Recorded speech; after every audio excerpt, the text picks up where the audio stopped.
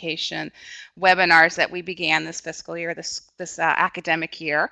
And this particular webinar is geared specifically for our international alumni. Of course, we're welcome to have all of our alumni, but we want to be sure that throughout the year that we offer at least a few topics that are of particular interest to our international alumni. So thank you very much for joining us today. Very pleased to have Pedro Matos with us this morning. I will introduce him in just a moment, but first please allow me just to go over some logistical details for the webinar this morning, or today. It's morning for us, sorry.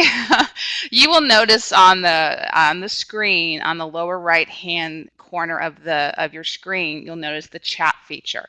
This is where you're going to ask us questions or ask Pedro questions during the webinar.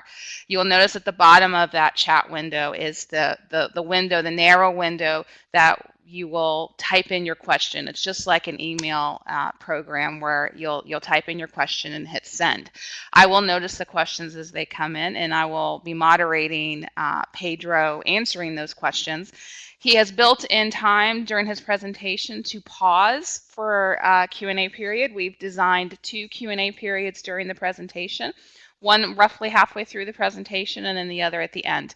So we've planned for plenty of time for you to ask your questions. So please do not be shy in sending in your questions. We want this to be as interactive as possible, and make sure you get your questions answered.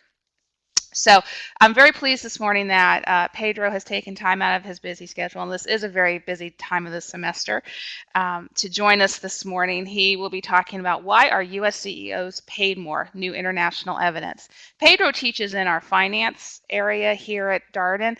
He previously taught at University of Southern California, where he won an award for teaching, and we value strong teachers here at Darden. He received degrees from Nova University in Portugal and from INSEAD in France, so he's highly qualified to teach here at Darden. He worked and consulted with the World Bank before coming here, and before he joined academia as a teacher. So without further ado, I'd like to turn it over to Pedro. Thanks, Katie.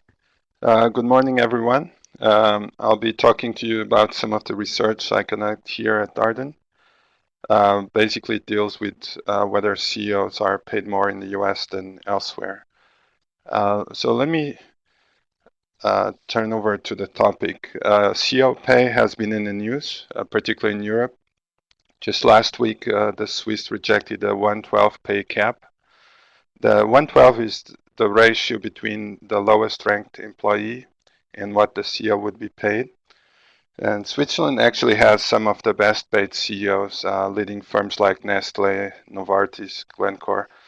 And this vote was sparked by a plan from Novartis to pay its outgoing chairman $78 million.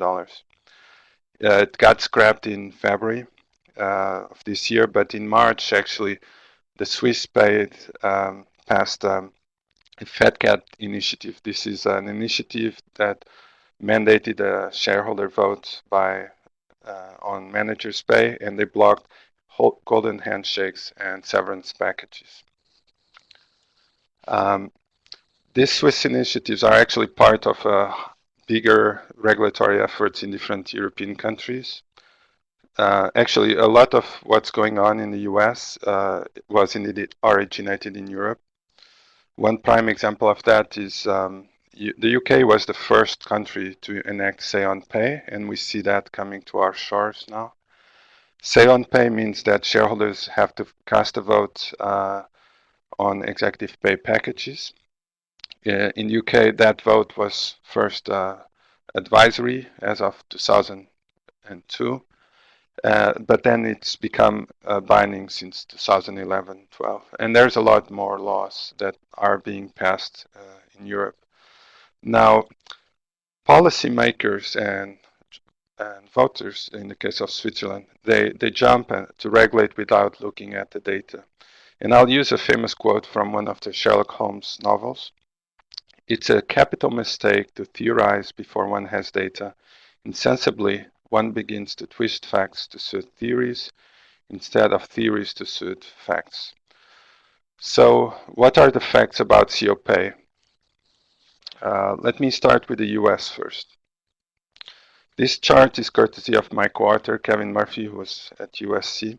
Uh, let's have a look at this chart. It shows the average grant date pay for CEOs for S&P 500 firms over the last 4 decades or so, 1970 till 2010. Most of the growth, let me point here, most of the growth that one sees in the 90s, this huge rise in the 90s, is explained by the growth in equity-based compensation, basically the red line here. That's mostly the explosion of stock options that occurred in the 90s. And it hit a peak in 2001. And since then, you see things have changed in the last decade or so. So let's break down the components of pay and see how are typically US CEOs paid. Well, the first bar here in this dark purple color, it's salary. That's been flat for a number of years. And it's actually sort of capped at 1 million in the US since since the early 90s. Then there's bonuses, that's pink color. There's other benefits, which is green, which is a small component. There's stock options, and there's restricted shares. So what has happened since 2001 on? What you see is that the total cake seems to have gone flat for the last decade, and still, this is still a cake of around $9 to $8 million. And what's really occurred is there's been a shift out of stock options that had exploded in the 90s, and they've gone down now, and they've been replaced with restricted stock, which is in orange light color in this chart. Okay, now $8 million, that's a lot of zeros, right? That's a paycheck with a lot of zeros, and especially from the perspective of workers who face stagnant wages in this last decade or so. So how does CEO pay look like when measured as a multiple of the average wage in the US? Well, this multiple has gone down from this off-the-chart 300 times average wage to close to like in the 150, 200 range. I'll not have a judgment on whether 200 is high or low for now, but I'm going to try to understand why is it in the 200s or why was it in the 300s before that.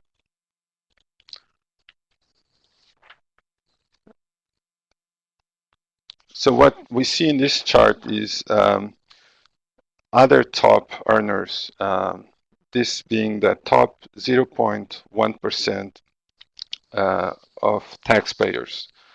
These are people, there in the US, for example, there's 150,000 or so taxpayers in this group. They make around $2 million per year. What you see from this chart is there was, over the first half of the 20th century, you see a trend down of decreasing inequality in the sense that these high earners were getting a lower share of total income. And since the last 3 decades or so, especially in the US, there's been a reversal in this trend. So what you see here is increasing income inequality in the US. Interestingly, not so much in France, for example, where it's been flat since the 60s or so. So what does this mean? It means that other top earners are also seeing their income rise, and potentially CEOs can become executives at private equity firms. They could be hedge fund investors. They could be many other things. And if we look at the top 400 in the Forbes list of richest people in America, only 9 of the 400 were CEOs. Or I should say CEOs that were not the founders. A lot of the entrepreneurs who founded their company and are currently CEOs are in this list, like the the Larry Page and the Google CEOs, the Google founders. But if you only count the CEOs who were employed after the company went public, so they were hired into the job, they're actually only 9 of the 400. So CEOs who are not the founders are not typically the richest Americans, and if you compare to other top talent, so what I have in this chart is top actors, top musicians, top athletes. What you see is that the pay of top CEOs is in the ballpark here in 85, 70 million range with what top actors make, the DiCaprios or top athletes like Tiger Woods. This is probably a year or two old. What you do see though on the left column here is that most of these faces are not well known. Perhaps only Larry Ellison, the third one down from Oracle, but very many of these CEOs are probably not familiar faces. But they're in the same ballpark with high-paid individuals in the US. So to conclude on this theme of rising income inequality, CEOs are a fraction of these high earners. As I said, the top 0.1%, this very top bracket, they are 150,000 taxpayers. They have an average income of close to 2 million a year. So that if the average CEO pays in 4 or 5 million, then the multiple means a multiple of about 2 to this top 0.1 percenters. And looking at the red line here, which is that ratio between what the average CEO pays to the average top earner, what you see here is it's been basically a flat line for this last 7 or so decades. What does that mean? Well, it means that CEOs have fared as well as other top earners. They just seem to be following this trend that income is rising at the very top end, and CEOs are just sort of keeping up with the Joneses. It's of course a very special group of Joneses, but nonetheless, it's consistent with other top earners. Actually, there are some interesting facts that I don't show here, but for example, it's not true for top lawyers. Top lawyers actually rarely make the list of top the top 0.1%. So it's good to be in a business school, probably not so great to be in a law school. So next I'll talk about my research. My research is looking at how does US CEO pay compare to pay in other countries, particularly in Europe. It's been published in the Review of Financial Studies, and it came out in a chapter in a book by Oxford University Press. It's got good and I should say not so good press coverage. For example, let me point here. For example, CNBC said our study debunks that US CEOs are overpaid. The Atlantic read the same paper and said US corporate executives aren't the only ones making tons of money. Fortune magazine came out reading the same study and said, here's a to-do list or how to get paid like US CEOs. So it's quite a lot of disagreement of how you read our study, but I came out and a few months ago wrote an article for Forbes magazine where we kind of try to lay out our findings. So before I proceed, let me take a break here, ask if there are any questions from the audience, and I'll turn it over to Katie. Thank you, Pedro. Yeah, we have a couple of questions. I think the main question that folks have is, can you explain the trend that y'all are noticing with the CEO pay decreasing, and how is public sentiment sort of driving that decrease? Yes, that's a very good question. So the public sentiment that one sees when we look at, for example, this chart of CEO pay against average worker is the same sentiment that one would see if we were to take any top income in the US.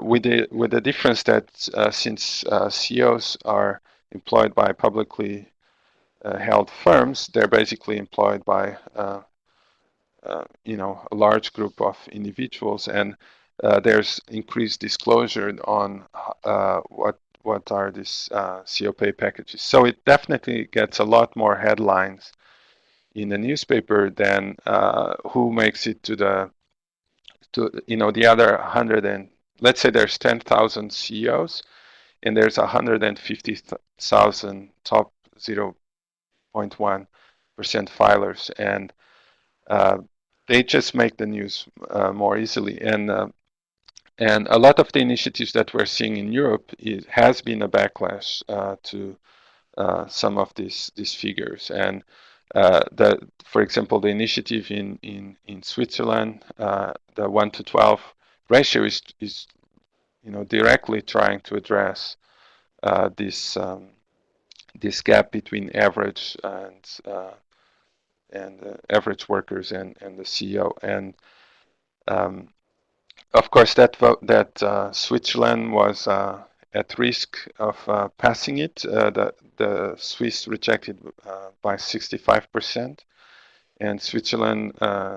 A lot of people in the business community in Switzerland were worried that a lot of companies might move out of Switzerland.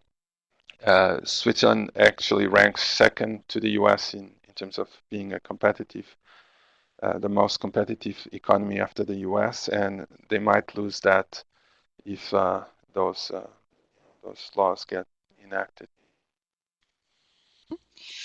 We have another question. We have a couple other questions, since we're doing well on time. Given that President Obama just yesterday gave what a lot of people are saying was a very eloquent and maybe one of the best speeches that he's given in quite a while, and those of us who are in the U.S. know that he's had a rough go of it the last few months. Gave a very eloquent speech about the growing income inequality here in the U.S. Has your research pointed out any ways that the business community, at least in the U.S., is helping to address this income inequality? So a lot of the things that actually, so if we look here, the fixed pay is been flat for a number of years. So the dollars that U.S. CEOs take home for sure has been flat, and the components of pay that seem to be going up over the years is this incentive-based compensation. So the efforts, I think, from the business community has always been to showcase that this is money that companies report. Let's say they report 8 million, but actually the CEO might just take a million in cash and bonus of, let's say, another 2 million. So if I look here at the last 2010, 1 million in fixed pay, another 2 million that's sort of guaranteed, but all the restricted stock grants and the stock options are contingent on future performance. And actually, if you go back to the new laws that have been passed in Europe, they've been trying to really, and the business community has been, trying to lobby for more of the compensation to be tied to shareholder performance. That is that in a rising tide, the CEO takes home more, but if things are bad, the CEO doesn't take home more. And in particular, there's quite a lot of initiatives in terms of clawbacks. That's you know going back and getting back some of previous compensation in case fraud or other corporate misbehavior is found, banning guaranteed bonuses, and basically making that variable pay being more equity linked. And I think it's kind of a compromise between or incentivizing top executives to perform in the interest of their company owners versus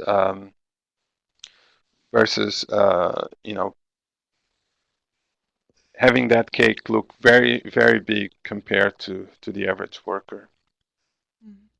Thank your Pedro. Your response just addressed a question that just came in, and Mark's question was: has there been any momentum for CEOs to go to a strictly variable compensation model based on company performance? So I think you just sort of addressed that. Are we going to be seeing more of this in the future? I think so, and that comes with the cost. Actually, uh, and maybe I can turn over to some of my research when you compare U.S. versus internationally. So maybe I'll do that. So when we look, let me talk directly about my research and showcase some of the differences between Europe and in other countries. So Mark's question on having basically a dollar salary and then having everything else tied up to company performance seems to be pretty much the difference between the US and other countries. So what I'll showcase first is um, some estimates that come from pay consultants. This one is from Towers Perrin, and now they're called Towers Watson. Their surveys are very well known. They're a very large pay consulting company. Um, their surveys typically show that US CEOs earn much more than their counterparts abroad. This is from 2001, which is a bit old, but basically what Towers Perrin does, it calls up local offices in Brussels, so Belgium, in, I don't know, France, so Paris, Frankfurt, Milan, uh, Amsterdam, Madrid, etc. And it goes through all their local offices and asks, what would be the competitive pay package for a top executive in a manufacturing firm with 400 million in sales? More recently, this is more like $1 billion in sales. So the Towers Perrin estimate, looking here, is that US CEOs make 1.9 million. This is as of a decade ago. That number is much bigger than anywhere else, right? So the average in the other mostly European countries here are in like 600, 700,000 a year. So the US clearly comes up as number one with a factor of 3. Basically, the US CEOs are paid a 200% premium. But the difference between the US and other countries is really, if you look at the coloring, it's not coming from the salary. So the blue bars here, they're fairly similar across different countries. What really puts the US apart from other countries is this equity-based pay and some of the bonuses. And bonuses are also in some form performance contingent. In other words, they typically depend on meeting some accounting goals or some other quantitative goals for the corporation. And sometimes also the board assesses some less quantitative goals when awarding the level of these non-equity based incentives. So the big difference between the U.S. and other countries is really the skin color and this pinkish color. These two pieces here that really put the U.S. CEOs at the distance to their international peers. But is this estimate accurate? So these are some sort of guess estimates from paid consultants. Um, well, what we benefited from is there's increasingly more data, and we are going to be using new detailed disclosed data from individual companies, and that goes back in the US, that goes back to the 1930s, and that's been enhanced disclosure ever since. Canada's was kind of the second to come out and have individual firms would have to individually disclose what their CEOs' pay packages were like. UK mandated that sort of in '97 around the Greenberry report, so this very important corporate governance code. Ireland, South Africa more recently, 2000, and then the majority of the countries that will be part of our sample. Um, we have data on these countries because of a EU action that recommended full disclosure. And, like everything else in Europe, it was enacted in '03, and they gave countries like 3 years to implement them. Most countries did comply, but so I'm originally from Portugal. Portugal is one country that did not comply, and so even by 2005 or 6, they were not in compliance, and that only actually started happening for Spain, Portugal, Austria, Greece, Luxembourg after the 2008 crisis. Um, So we will be looking at 3,000 publicly listed firms across the US and 13 other countries. Most of these are in Europe. So here are the countries. Some of them I mentioned before. And just the aggregates, looking at the aggregates and comparing US versus non-US. So we have 1,600 non-US firms versus 1,600 US firms. US firms, I should say, are mostly S&P 1,500 type firms. The averages come out this way.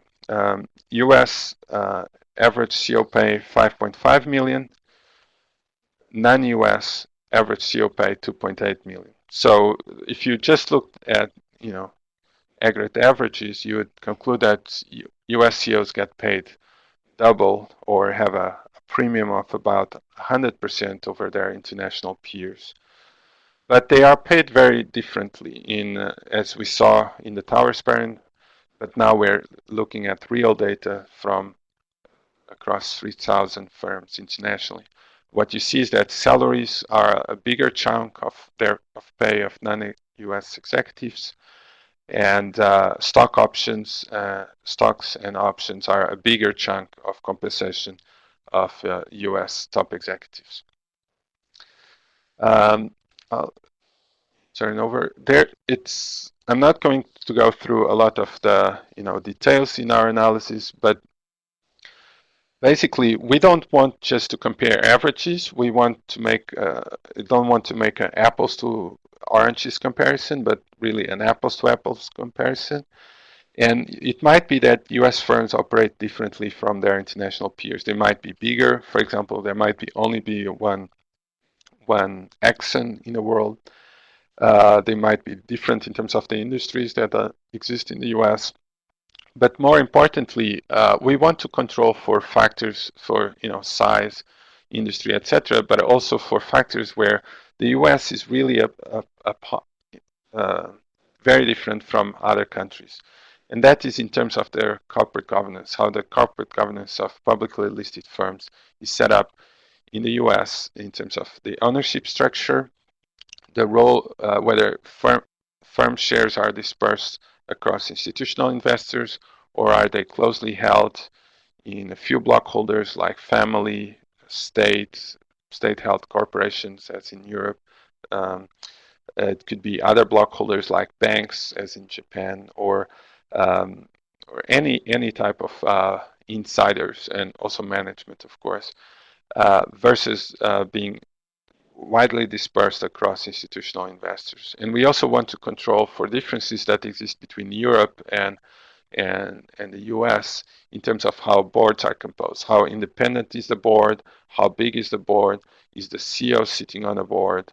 Um, is the board very busy, or does it have, or do board members typically have very few board seats? So they're very focused on this firm. Now, I'm going to try to do the same trick that Towers Perrin does, but which is to try to use real data and control for firm size and industries. So the way they did it is they took this $400 million firm in the manufacturing sector and they call up different offices. But we have actual real data and we can do that same exercise. I'm doing it now for a billion in sales because the data is more recent. And I'm doing it for an average industry, not necessarily for manufacturing. But basically, similar to Towers Perrin, we ask the question, what does a CEO pay look like for a firm running, for a CEO running $1 billion in sales firm? The chart shows the answer of this, 2006 pay is that US CEOs are paid 80% more, so around 2.5 million, compared to a non-US average of about 1.44 million. So where is this big difference coming from again? There is a difference, maybe not 100% difference, maybe only 80% difference, but where is it coming from? Again, the blue stuff, the salaries, fixed salaries look alike across different countries. Actually, the US is not very far off from the next country, UK or Switzerland, in terms of salary. But what really tells apart international CEOs from US CEOs is the difference in terms of equity-based and bonus type compensation. So basically the orange bars here and pink bars here, but the base salaries seem very similar. So there is still a pay gap. I think we find a similar pay gap to what Towers Perrin finds in the order of about 80%. But can we explain away this pay gap? So what we next do is we start controlling for the other characteristics on which US CEOs and US firms and international firms are different. These US firms, as I said, are majority held by institutional investors. European firms are closely held by families and other block holders.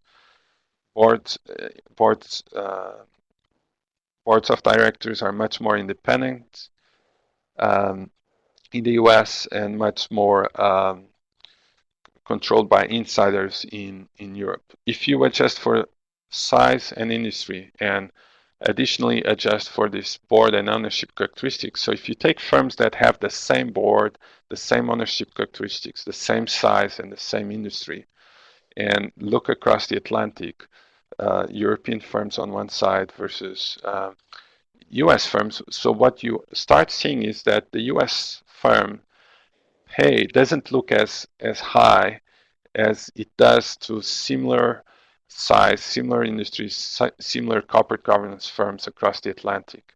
And so the average there is around 1.9 million outside the US and only about 2.3 million in the US. So now the pay gap between the US and other countries has gone down to 26%. In other words, you're starting to see world average is much closer to US. It's almost looking like there's a flat line for each and every country in this chart, meaning that basically CEOs would be paying similar levels across countries. So the last step we do in our analysis is we also throw in control for the greater use of stock option and share awards. And the fact is that taking a fixed salary home, as most European CEOs do, has less risk to the CEO than these equity-based payments that really only materialize in the future if the shareholder value goes up. So only if the stock price goes up do you actually exercise those stock options. Only if those stock prices go up are those restricted shares going up in value. So what do we observe when we account additionally, for size industry, board and ownership, and also risk? Then you actually find that there is no pay gap between um, US and non-US executives. And there's basically a flat line looking at this chart. In other words, the world is becoming flat for CEOs, or almost so. So it's really 14% pay premium. Is 14% high? You know, maybe it would be a nice raise, but it's hard to think it would be enough to have a CEO emigrate across the Atlantic for a 14% raise. I'm European and I'm here in the US, and I'm not here because I'm making a lot more in the US than I would be back home. And it seems to be, at least uh, for the market for CEOs, it seems the world is getting quite flat and it's converged when we take all the differences. So the difference is, well, if you move to the US, you might be running a different size firm. Okay, you might be running a firm in a different industry. More importantly, you're working with a different board structure, with a different ownership structure, and that ownership might be quite different. So uh, institutional owners and independent board members, they might to tie up a lot of your compensation as a CEO to the performance of the company, much more so than companies in Europe where families, states, banks, large investors more prevalent, and they they have less incentives to tie up the performance of the CEO because they're direct owners as family members, and the block holders is heavily involved in day-to-day management. So the CEO compensation doesn't need to be paid this very expensive type of stock options that may never materialize. And we, I have a few more results, but basically the next set of results are a bit more variations on the theme. First result is we compare uh, whether within the non-US firms, which firms are more exposed to US markets. So for example, non-US firms that are cross-listed in stock exchanges, they basically are paying a much lower, much higher pay, and the US pay premium compared to those non-US firms that are already here, it's much smaller, only about 7%. Firms that have US institutional investors in their shareholder base are only paying about an 8% difference to what US CEOs make. So they're converge as well. Firms that have come out to the US and made acquisitions here are also paying at par with US firms. Firms that have the US directors in their board of directors um, are also paying much similar to US firms. So this overall, this chart is showing that more and more non-US firms that act in the same capital, have similar customers, and are trying to attract similar talent and operate globally, uh, recruit CEOs that in competition with US firms and are offering packages that are on par with those US standards. And the final chart here will show you um, some of the time series trends before the 2008 crisis, and you would see kind of a trend, growing convergence by European firms, so that US pay premium shrinking over the years to US levels, and the world sort of becoming flatter for the CEOs. Since 2008, this trend has stayed, and I've got other data showing that um, this convergence has happened, and And basically, we conclude that when you control for all factors, US CEOs are not really paid that much more than international peers. There's no huge difference. Uh, there is a difference, of course, in how they are paid. They're paid much more for their performance. But overall, if regardless of the location, it looks like CEOs are competing in international markets and firms are paying packages that look comparable. So what's our overall conclusion? The historical pay gap was due to corporate governance differences. These differences are shrinking, and traditionally the non-US CEOs took home cash in hand. Now they're getting more equity-linked pay packages. This is changing, and as non-US firms are having more institutional investors, more independent boards, and I mean it will be uh, hard to say that if firms have more institutional investors, more independent boards, and they're paying more their CEOs because they're tying up a lot more of their performance, their pay to shareholder performance. It would be hard to say that CEO pay is getting more excessive over time. But again, it's very hard to have a final conclusion on that.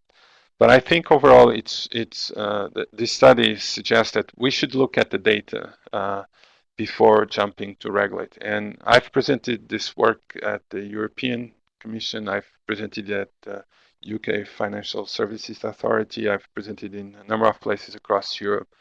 And I found that very many people do not have not looked at the data, and it's not clear, for example, if the Swiss voters were looking at the data as well. And there might be unintended consequences of regulation, some of which I'm happy to discuss. But let me do a kind of a break and take a round of questions, actually a final round of questions. Katie? Yeah, Pedro, this is perfect. Actually, we did have a question come in about, you just mentioned regulation. That what is the role of regulation? What's the difference between Europe and the US in how top executives are paid? Good. So let me go back to the shopping list here at the very beginning of things that are under consideration in the US, in Europe, and then say a few words about the US in this respect. So say on pay, it's basically a UK origin.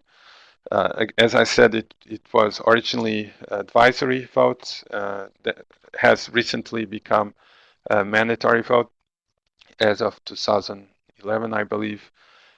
There's been a lot more regulation in Europe on banker space, so specifically on firms in the financial industry, on the ratio between fixed and variable pay, in particular bonuses versus fixed salary.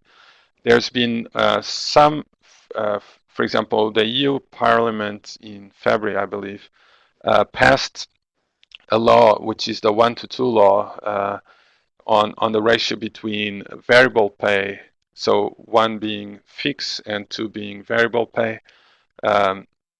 And companies individually could vote to go beyond that, but that's way more than what's been enacted in the US. So in the US, one has say on pay, and a large majority of the last proxy seasons, a large majority of the votes, you see large majority of shareholder votes being cast in favor of management proposals. In other words, there's been very little dissent on say on compensation packages in the U.S. Occasionally, like the Citigroup is a great example, but there has been some backlash, and you do see some action, but that's basically leaving it to the hands of shareholders in the U.S., whereas Europeans are regulating much more, imposing economy-wide bans on things like ratios between variable and fixed pay,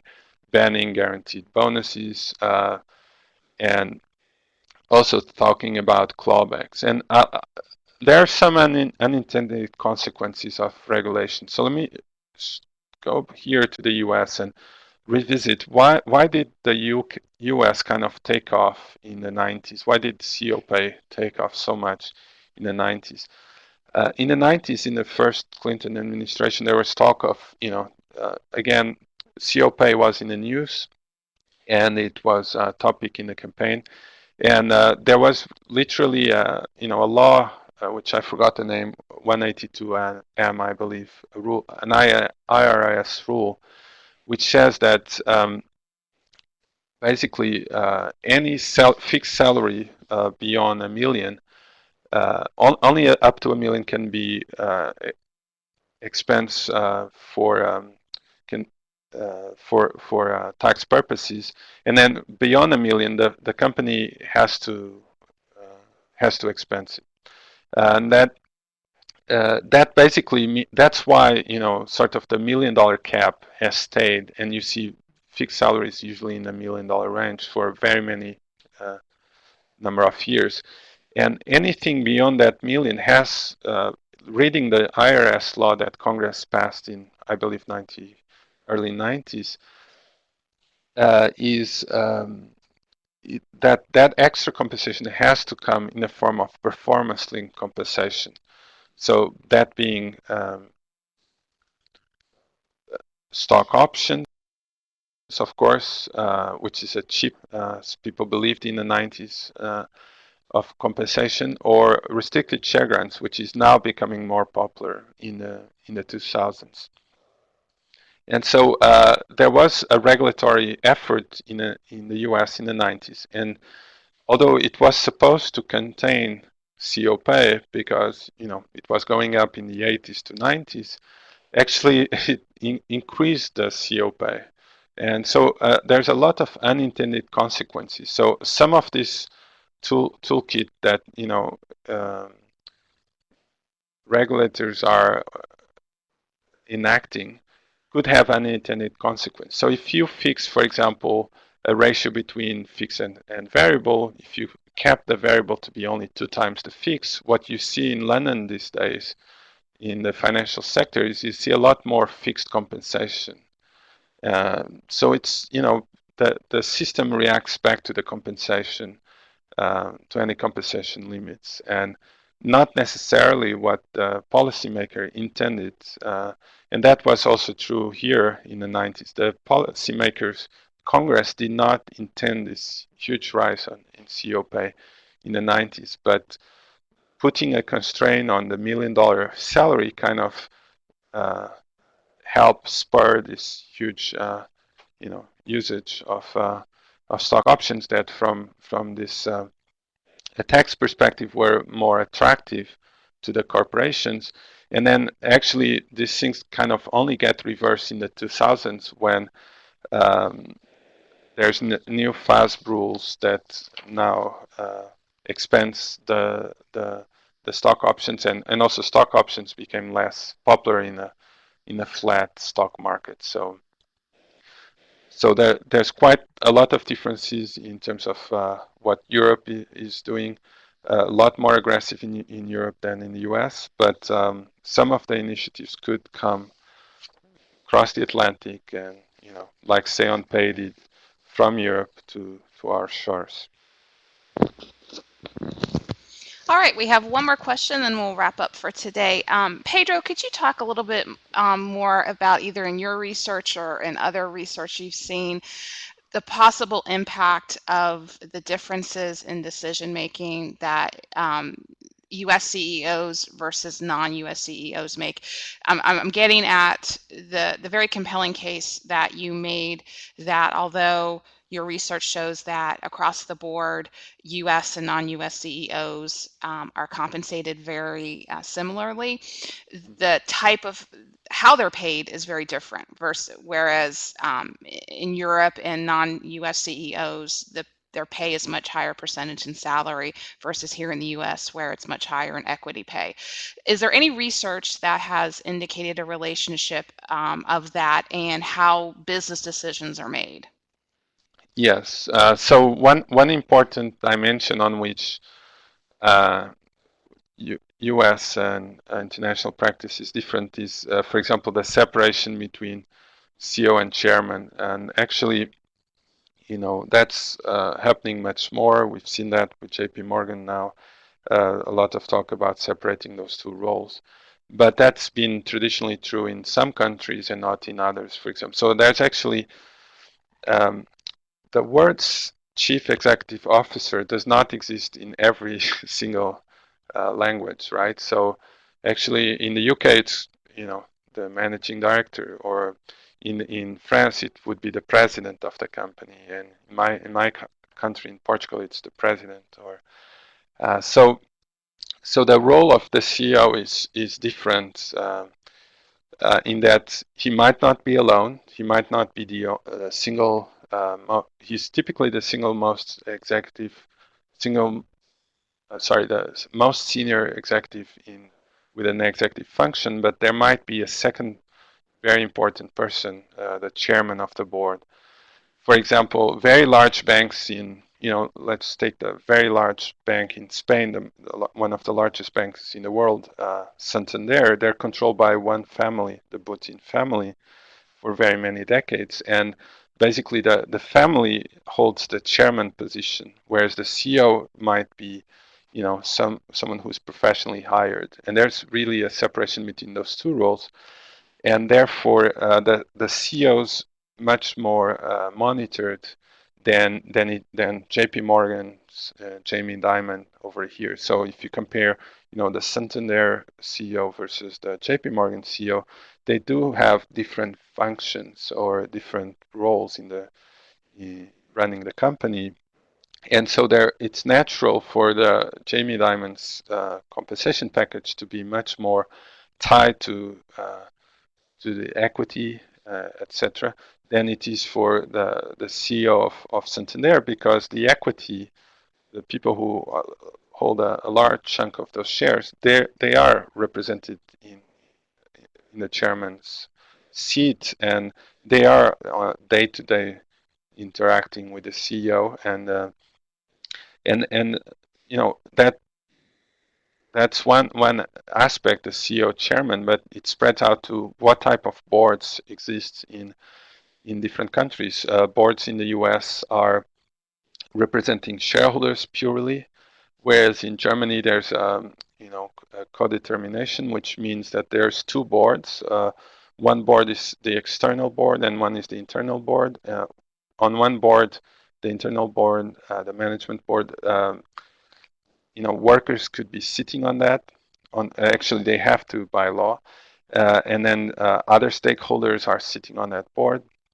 Whereas the external board, you have independent directors representing shareholders, and so there's really differences in terms of CEO chairman roles, in terms of the structure of the board, in terms of the size of the board, the dynamics of the board, um, and just ultimately what CEOs are supposed to be doing. And so those are the things that our study addressed by measuring precisely all these different things across all these 3,000 firms, and they really make for the difference in pay gap. So really a large reduction in the pay gap between US and international firms comes from these differences in terms of the corporate governance uh, of the corporation. All right. We're just at the top of the hour. So, Pedro, do you have any final concluding thoughts before we wrap up today? Well, my my work basically suggests that there's this increasing globalization trend. You're seeing it with CO pay. We're seeing it across other dimensions. Um, At Darden, we thrive to do look beyond our our shores, and we conducting a lot of international research on uh, these corporate governance themes.